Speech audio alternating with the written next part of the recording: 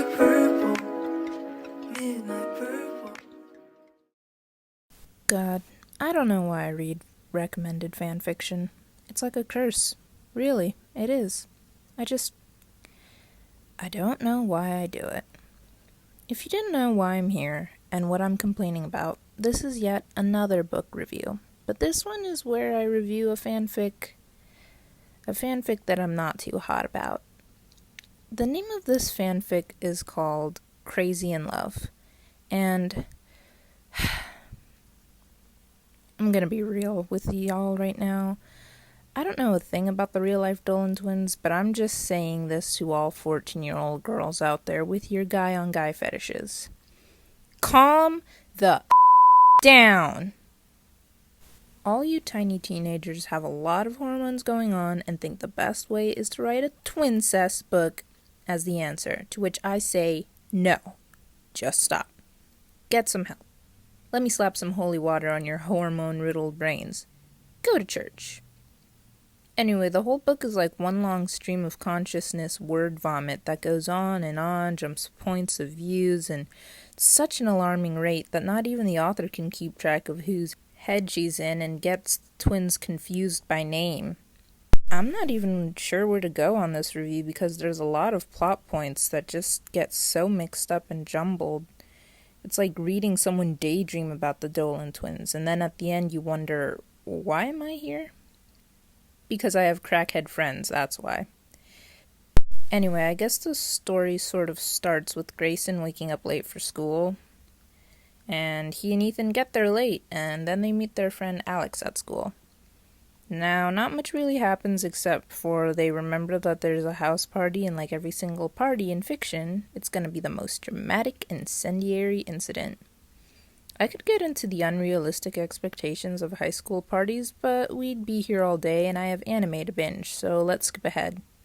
So as usual, come on, say it with me, there's a truth or dare. Shocker. And in that truth or dare, this pervert classmate dares Ethan and Grayson to kiss each other. Well, anyway, Grayson goes into this stupid monologue that basically boils down to this. Two bros better not be chilling in a hot tub, 'cause I'm so gay I might my brother. But that's wrong. And Ethan is basically thinking the same thing. Well, anyway, Grayson gets roofied at the party, and then this girl, I forget her name, she drugged him and pulls him into the room and monologues how she's gonna not rape him, but she's gonna make it look like she raped him to teach him a lesson for being gay and rejecting her. You know, like you do.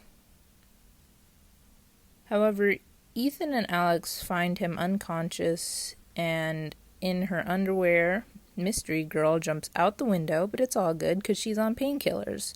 Don't do drugs, kids. And by the time Grayson brings him home, Ethan has only one thing on his mind.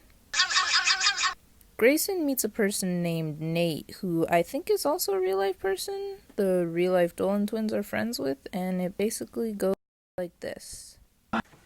Hey, Darren. What's up, bitch? Stop. Bitch. Oh, okay, so Grayson is being introduced to a non-familial romantic interest that doesn't share 50% of his DNA. I'm sure all the other readers will like him too, and...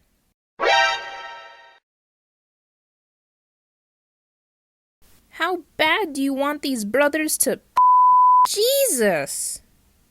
Anyway, since there's not much plot, it basically goes to the point where Ethan and Grayson are alone at night, and then they make out. Just FYI, anytime one of those scenes happened, I'd have to take a break and save my lifespan. Well, anyway, now Ethan and Grayson are boyfriends, and they tell Alex, their best friend, and he's all like, "That's cool, bruh, I'm totally fine with you two." Which is just more unbelievable than that one scene in Fast and the Furious where Dom doesn't die from a fall. Anyway, now that the three amigos are all chill with the newly presented secret incest love affair, they go to the mall because this boy needs himself some Sephora makeup from the mall because he wants to cover up his acne. Don't do that, kids. It makes your acne worse. I'm not a beauty guru, but come on. We all know that's just bad skincare. Now, it's at the mall that we figure out that Nate knows that Ethan and Grayson are dating because Alex told him. Now, instead of being weirded out that two brothers are committing the ultimate taboo, he's more outraged that Ethan stole his potential boo, which just, I can't with this book anymore. I'm losing my half a brain cell I'm gonna need this fall. Grayson acts like holding hands with Nathan was the equivalent of kissing him and cries as if he's been punched in the gut. To be fair, Nathan was acting like a sleazy guy, but he didn't do anything that would be deemed crossing the line. Anyway, Ethan swoops in when he finds out and he's all like, "Omae wa mo shinderu." Nani? Grayson stops the situation by saying it's fine and he wants to go home, except that Grayson's car has been vandalized. Who could have done that, I wonder? So they go home. Actually, I'm just gonna skip ahead because the dialogue between them is just too cheesy for me to explain, so I'm gonna just fast forward. So then they watch a movie, and it ends up in a makeout session. And they almost decide to lock legs and swap gravy, but then Grayson breaks down because of his trauma from a sucky ex-boyfriend who ruins all the fangirl dreams, but saves my soul and eyes from bleach. There is a dream sequence that's pretty smutty, and that's that. So much for me saving my eyes. I needed the bleach after all. Ethan just has too much of a vivid imagination. Anyway, afterwards, there's a moment where Ethan gets a text from Nate that they should confront each other, except it turns out that Nate already snuck into their home and is psycho-stalking Grayson. Beautiful. Then we get this monologue that goes on for maybe a few too many pages about how Nate is a yandere and is working with that other yandere girl, whose name I still can't remember, on getting Grayson all for himself by taking Ethan out of the picture. The stalking continued at an IHOP or something, I don't know. There's a lot of brand name drops, hashtag not sponsored. So stalker Nate and Alyssa, I finally found out her name, do this whole crazy plan that seems like something that even Dr. Doofenshmirtz could do better. Anyway, let me see what happens next. Yada yada, orange juice. Yada yada, Grayson gets kidnapped. Oh, yeah, that happened. Ethan goes bonkers and looks for Grayson, and at this point in the story, I'm supposed to be hooked, but to be honest, I was multitasking so hard I kind of dissociated a bit. Let me give you the basics as well as I can remember them, with no sleep, no coffee, and delirium setting in after too many hours plunging down some more fanfic like Brussels sprouts. Grayson gets taken to this lake that looks like something from one of those horror movies, I guess. Then there's this really disturbing and uncalled for torture scene that Nate does, and I'm just hoping to finish this at this point, and I look at it like how I look at the clock ready to leave after school. The characters of Nate and Alyssa are just one of those types of characters that are one-sided and have no depth, with their only character traits being evil and no good. It makes it really tiresome to hear dialogue like, "Don't resist and you'll be fine." Now, there's a really disturbing molestation scene that's really just very unnecessary and sad. Except all you were only concerned on whether or not he had teeth left after the torture scene. Y'all are freaks. Anyway, when Ethan finds Grayson, it turns out that Nate and Alyssa committed suicide via a pact they made? Because they're crazy? I have a thing or two to say about that. The author mentions mental illness and decides to play the crazy card as if having a mental illness makes you automatically a psychopath. Doesn't, by the way, just in case you were unsure. It was such a mess. Let's see, what else happened? Skip! So, things go back almost to normal. The end. Whew, good thing that's that and there's no more. Not even for $500,000. I know incest is a common fandom trope. I mean, there's slash fic of Dean and Sam Winchester for crying out loud, and I just... that makes me feel a type of way. But again, I could be here all day. I'm not here to judge your kinks. I'm here to judge the quality of story. I'm afraid that the quality is just not good. There are forgivable typos and misspellings every here and there that my brain naturally glosses over and corrects the mistake in my mind. But if I gotta stop and reread a particular paragraph half a dozen times because I can't figure out what the hell you're talking about, I'm gonna get mad. It's not impossible to proofread your own work and figure out your major grammar mistakes. Get Grammarly and let the keyboard help. But if there's one thing that ruins any fanfic, no matter what the genre, it's distracting misspellings. The next thing is point of views. It's a common writing device, especially on Wattpad, to switch from one character's point of view to another. Now, I normally don't have a problem with it as long as I know who is who.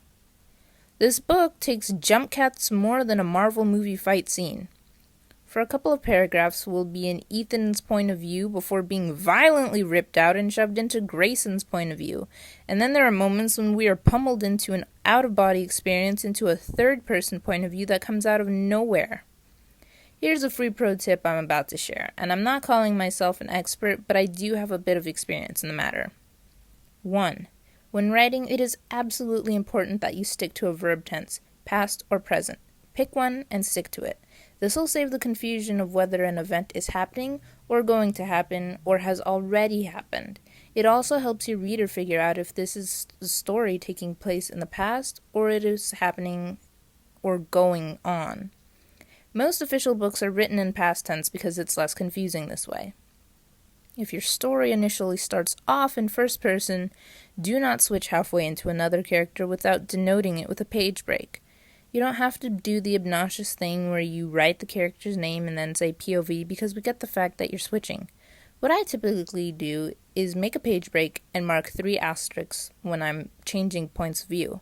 But I also switch from first person, if it's my narrator, and go into third person. This tells the audience that we're no longer in the main character's head and that we are in fact following another character or scene where the main character isn't present. If you do the third person method, then make sure you have the groundwork on whether it's third person limited or third person omniscient. If it's the first one, then make sure the things that are narrated are things that only your main character can see and experience to them happening. This is the easiest form of third person and the least confusing. If it's the second form of third person, then be careful about revealing plot points. 4. You can't write the same way you talk or text. There needs to be structure and a flow of narrative. To write completely casually as if penning down a thought makes the writing seem immature and it comes across like a 12-year-old's diary entry rather than a good book meant to be enjoyed. I never intended this review to be a writing rant when I started writing the script, but there you go. Before I go, I have some notes. Incest is one of the few taboos left on Earth, and it's not just because humans have stigmatized it.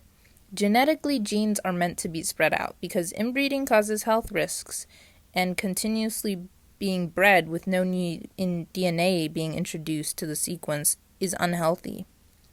The reason why it feels wrong to be attracted to anyone you're related to is because it's a prehistoric instinct that's trying to keep you alive. The result of different forms of inbred offspring causes all sorts of health problems. The more similar your DNA is with your partner, the higher chances are that you'll create progeny with problems. This is called the coefficient of inbreeding, and it's the reason why so many royal families were so sickly.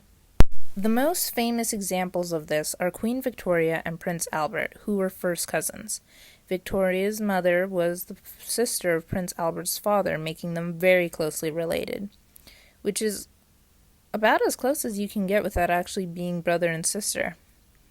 The two of them had 9 children, of which 4 of the 9 had the blood disease known as hemophilia. A disease that wouldn't have been prevalent if it weren't for the fact that because of their shared genes, they were both carriers of the disease. Even royal Egyptians had super prevalent brother-sister incest, which is one of the reasons why their most famous pharaoh, King Tutankhamun, was reported to have been deformed with having a club foot. He died childless because when you're that inbred, you physically cannot have children anymore. It's Mother Nature telling you fugly and aren't made to create anymore because your kids are literally going to be missing chromosomes. That's why incest is bad, kids. Fetishizing it doesn't make it hot or sexy, and it's definitely not cute. It's an actual health issue that even the very laws of nature are against. I wasn't crazy about Crazy in Love, and I'll never be, because there were so many things about this book that I didn't like. The biggest one, if I had to name it, was the fact that incest is allowed to seem like no big deal when it's actually something with major consequences. But that's just my opinion. And if you don't mind my opinion and would like to see more of my comments as I'm reading the books that pile up in my reading list, I've said my username enough times to remember, but in case you don't know, it's ShyHidingShadowGirl, and when I'm not suffering from writer's block, I'm writing my own original stories along with reading fanfic and other stories my friends send my way. Now, if you'll excuse me, I have a queen fanfic that's turning out to surprise me in more ways than one. Catch you all later some other time.